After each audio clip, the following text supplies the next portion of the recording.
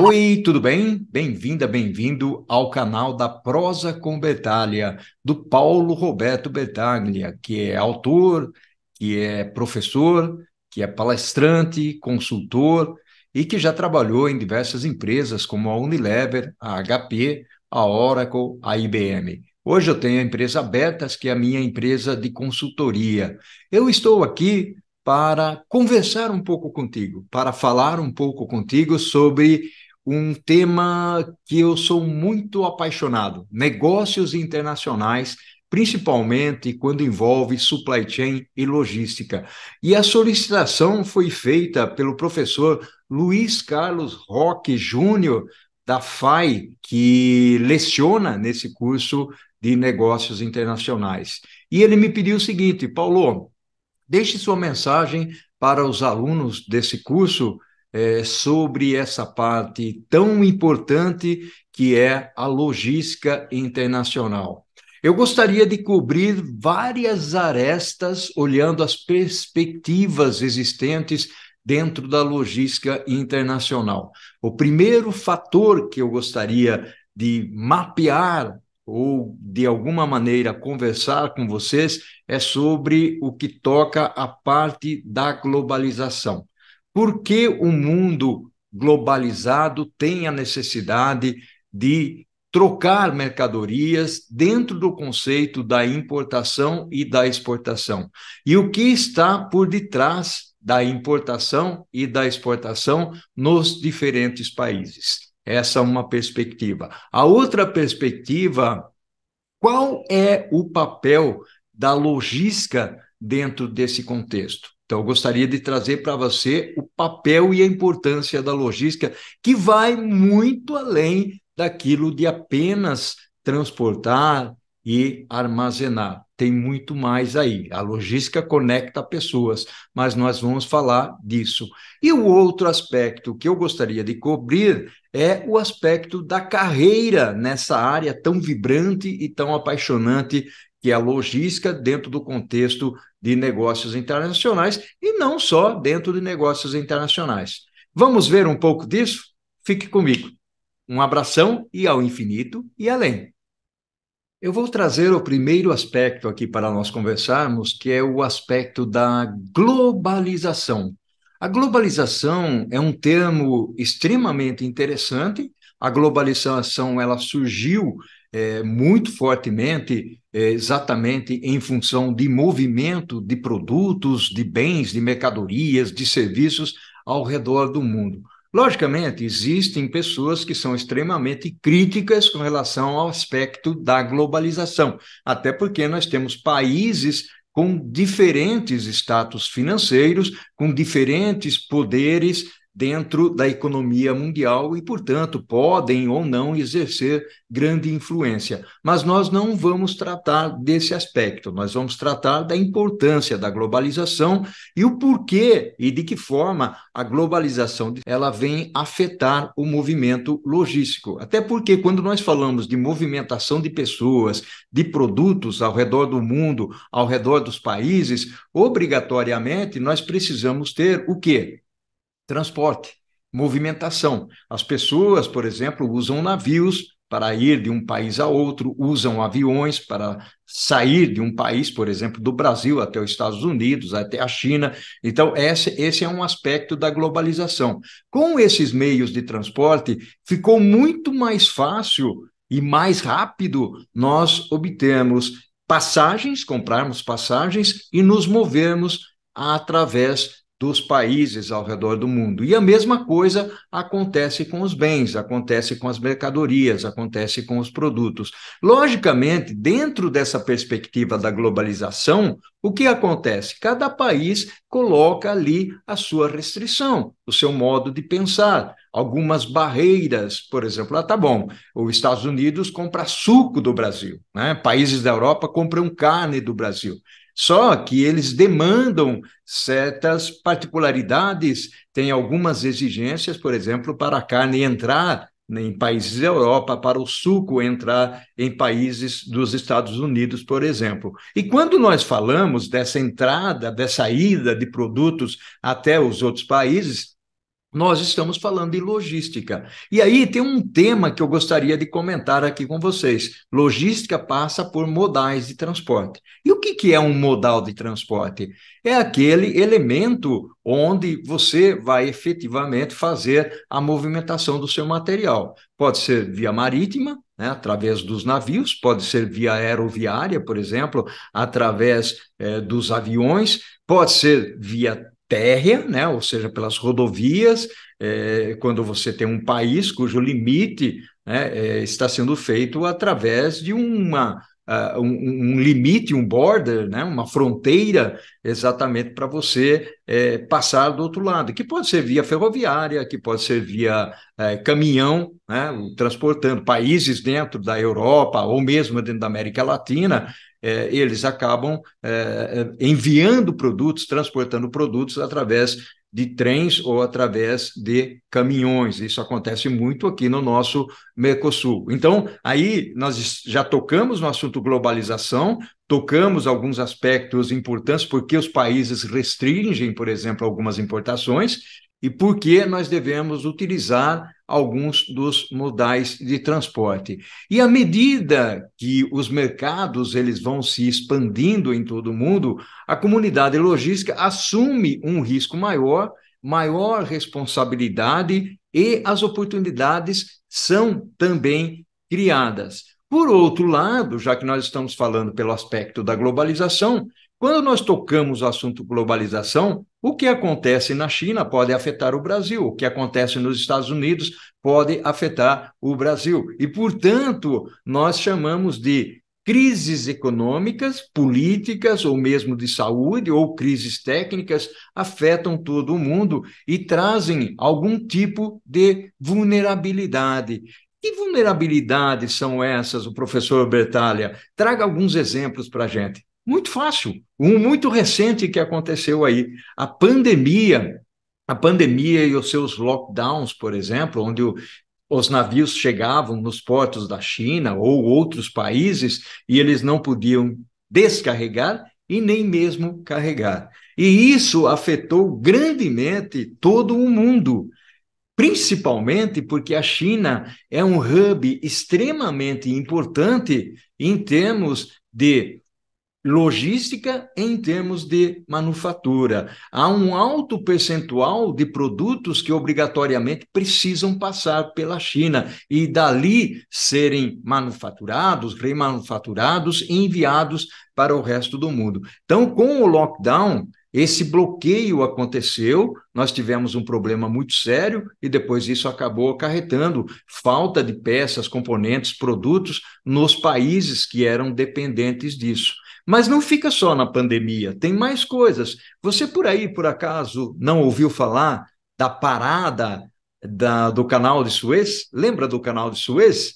Ou seja, uma fila de navios foram obrigados a parar porque um navio, de certa forma, se descontrolou e bloqueou o canal de Suez. Houve, então, uma barreira, uma limitação para que os insumos, de certa maneira, pudessem chegar a outros lugares. Com tudo isso, principalmente com relação à pandemia, houve a crise dos containers. O container, que é aquele dispositivo, aquele equipamento onde você coloca produtos para armazenar e aí o guincho, o guindaste, né, ele pega esse container e bota dentro dos navios para poder fazer a movimentação mais fácil, né? Então, o container, que tinha um valor aproximado de US$ 1.500, por exemplo, cada container, nas viagens internacionais, em alguns momentos o pessoal teve que pagar 6, 7 mil dólares e chegou até 12 mil dólares em algumas circunstâncias, o que elevou demasiado o frete marítimo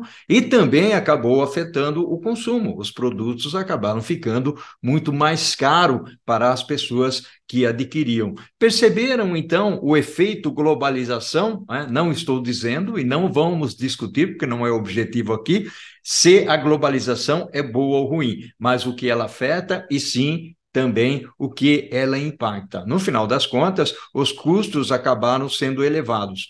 O outro elemento, outro fator que acontece, principalmente em função dessa globalização, e muitas vezes desse capitalismo selvagem que nós vivemos, onde basicamente as organizações são orientadas ao lado financeiro, nós tivemos também falta de insumos. Quantas vezes vocês eventualmente não ouviram falar de que fábricas estavam fechando, ou então produtos estavam faltando, produto final, exatamente porque não tinha um insumo ou componente para finalizar aquele produto. E muitos produtos finais saíram para o mercado faltando peças ou buscando alternativas para isso. Quem não ouviu falar, por exemplo, de automóveis da General Motors que não tinham Bluetooth, né? O Bluetooth, por exemplo, que você conecta ali o seu celular. E por quê? Porque faltava chip, né?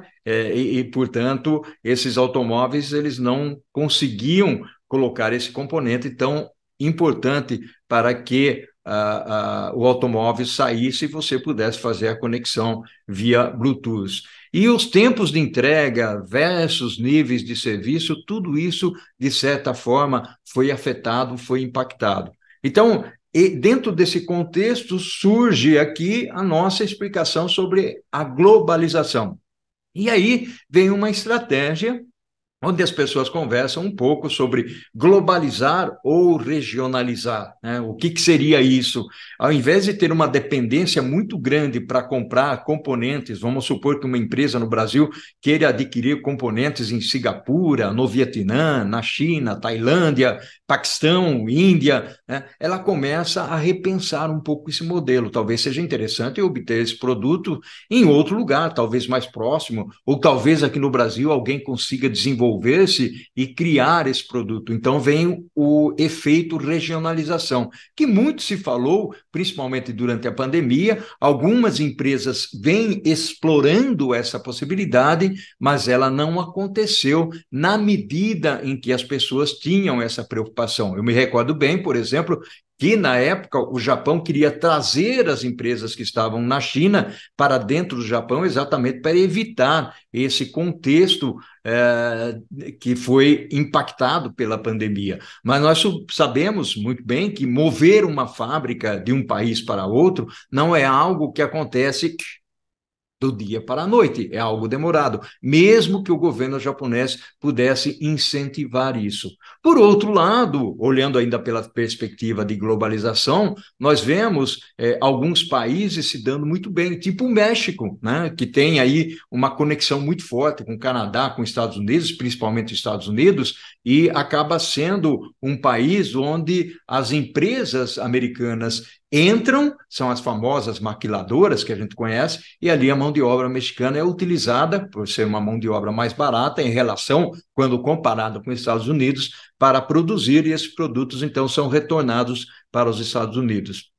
Um outro aspecto importante, e nós temos aqui pertinho, são as maquilas do Paraguai. O Paraguai é um país que está em ascensão, é um país que está em rápido desenvolvimento, e muitas fábricas, por exemplo, do Brasil se deslocaram para o Paraguai exatamente porque existe um contexto no Paraguai para fazer com que haja uma maior atração de investimentos. Então, o Paraguai está atraindo empresas para ali serem instaladas exatamente para que a economia se desenvolva. E isso começou há mais ou menos 20 anos atrás e está indo muito bem. O Paraguai, por incrível que pareça, embora no passado tenha sido o patinho feio dentro da América do Sul, hoje está se sobressaindo, é uma economia, ainda que um país pequeno, logicamente, é uma economia importante dentro da América do Sul e deixando aí para trás alguns países importantes, como o próprio Brasil, como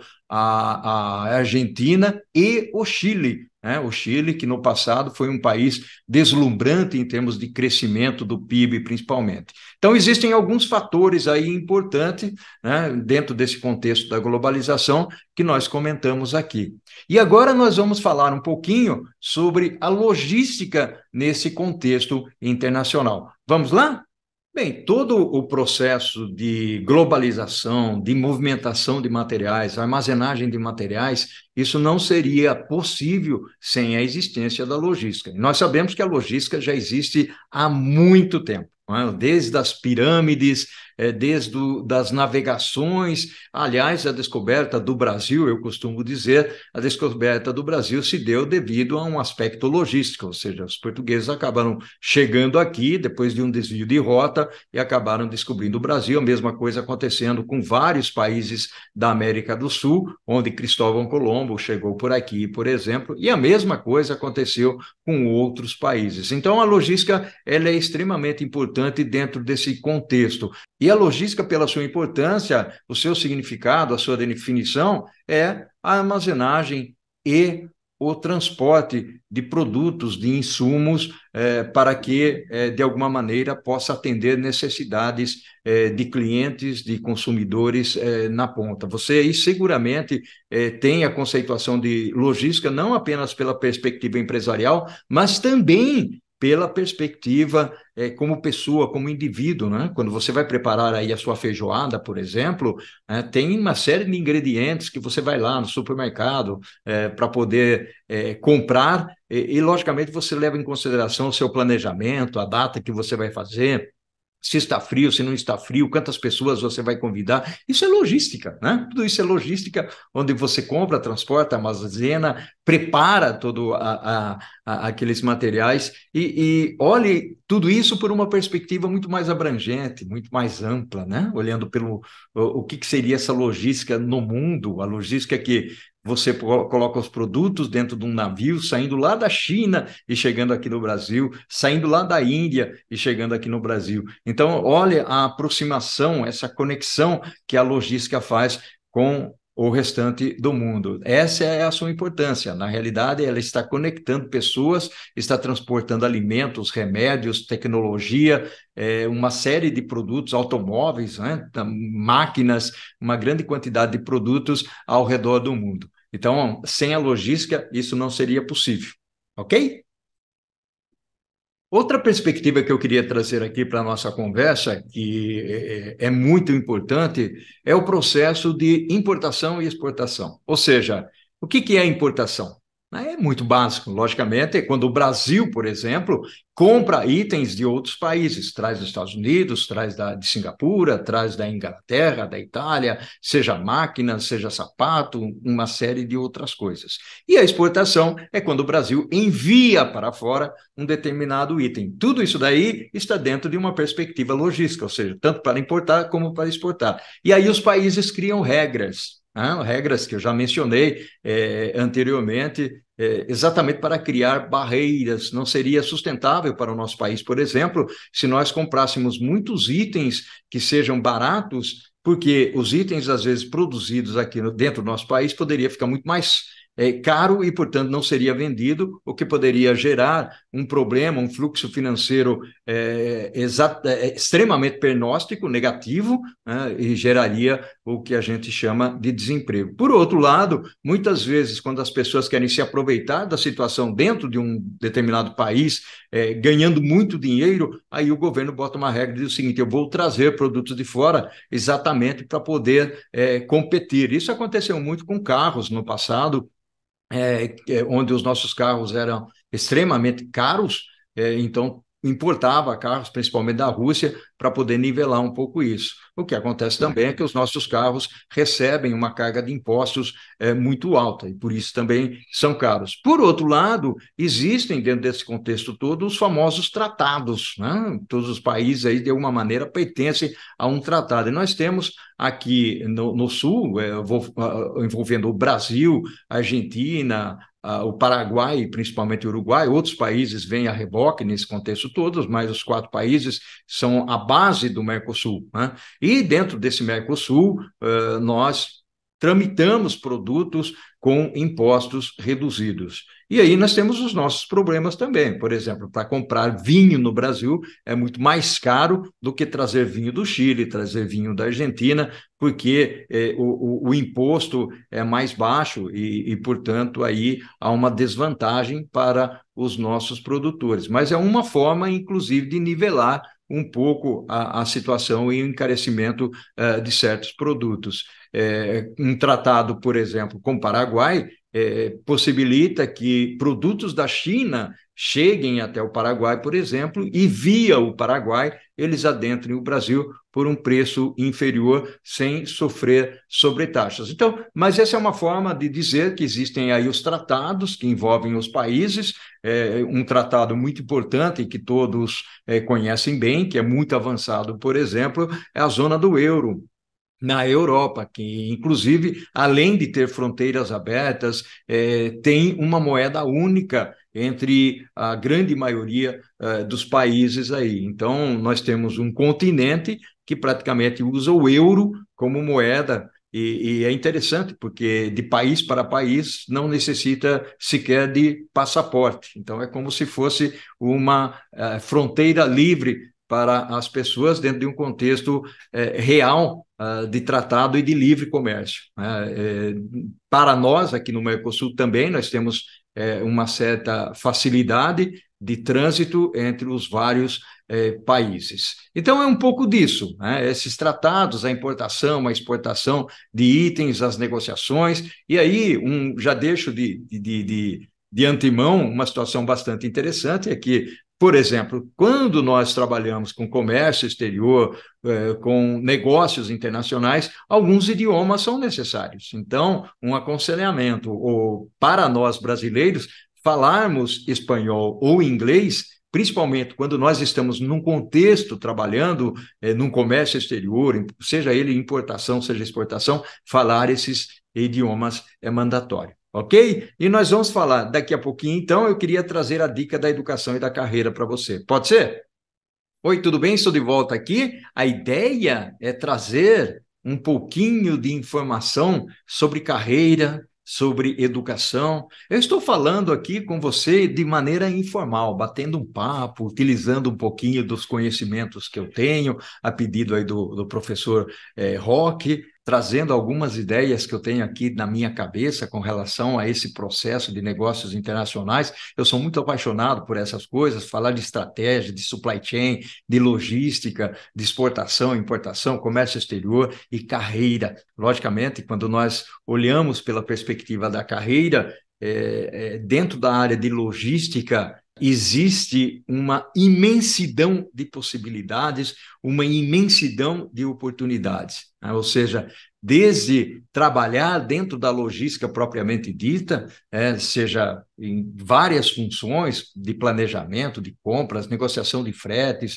centros de distribuição, inventários, tem muita coisa que pode ser feita, mesmo dentro de operadores logísticos, ou mesmo dentro da área de tecnologia, trabalhando com gestão de transporte, trabalhando com gestão de armazenagem, o WMS, o TMS, que nós falamos, Transportation Management Systems, igual TMS, Warehouse Management Systems, igual WMS. Então, são algumas palavrinhas que existem, e mais ainda, a torre de controle, que é uma área onde você verifica todos os seus indicadores, se o nível de serviço ao cliente está sendo feito, não está sendo feito de forma adequada, e por aí nós vamos. Então, esse é um contexto bastante interessante, e muito legal, muito gostoso de se aprender.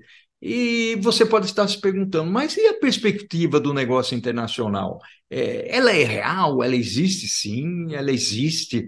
Ou seja, para exportar e para importar, é necessário ter profissionais, e profissionais preparados, gabaritados, que é o que você está fazendo aí no curso da FAI, não é verdade? Então, quando nós falamos disso, não é só a perspectiva do idioma, mas é conhecer as características dos países, a cultura dos países, porque aí nós passamos por um aspecto importante, que é o aspecto da negociação. Ou seja, quando eu negocio com a China, eu preciso entender as características da China. E não é fácil, pessoal. Eu já negociei com a China, tem uma característica muito diferente. Quando você vai para o México, negociar com o México, também tem uma característica diferente e não dá para comparar os dois. Então, precisa estudar o aspecto da cultura.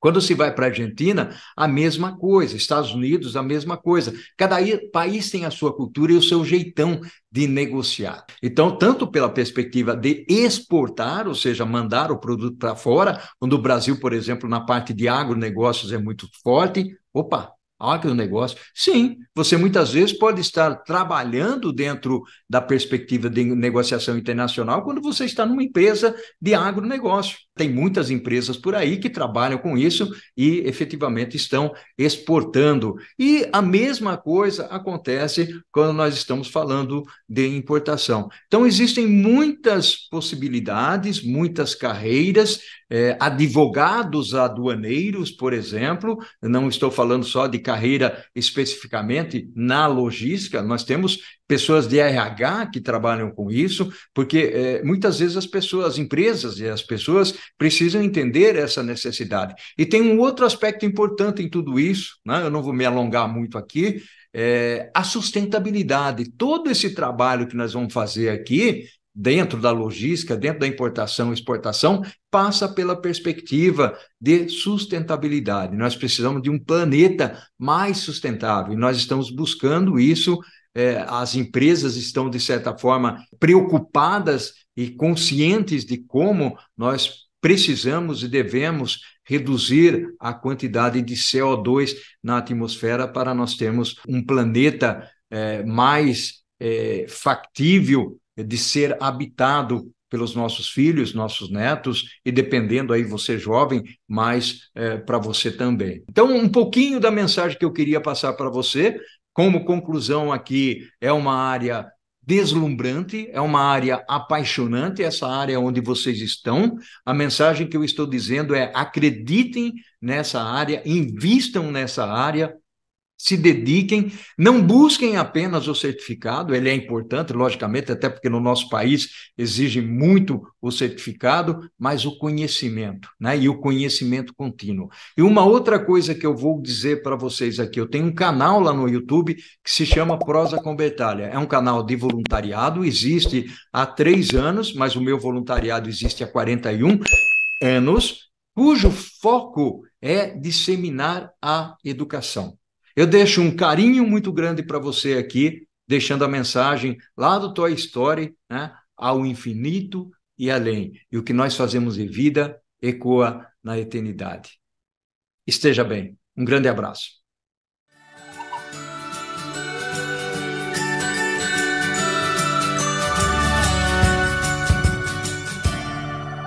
Ao infinito e... Amém!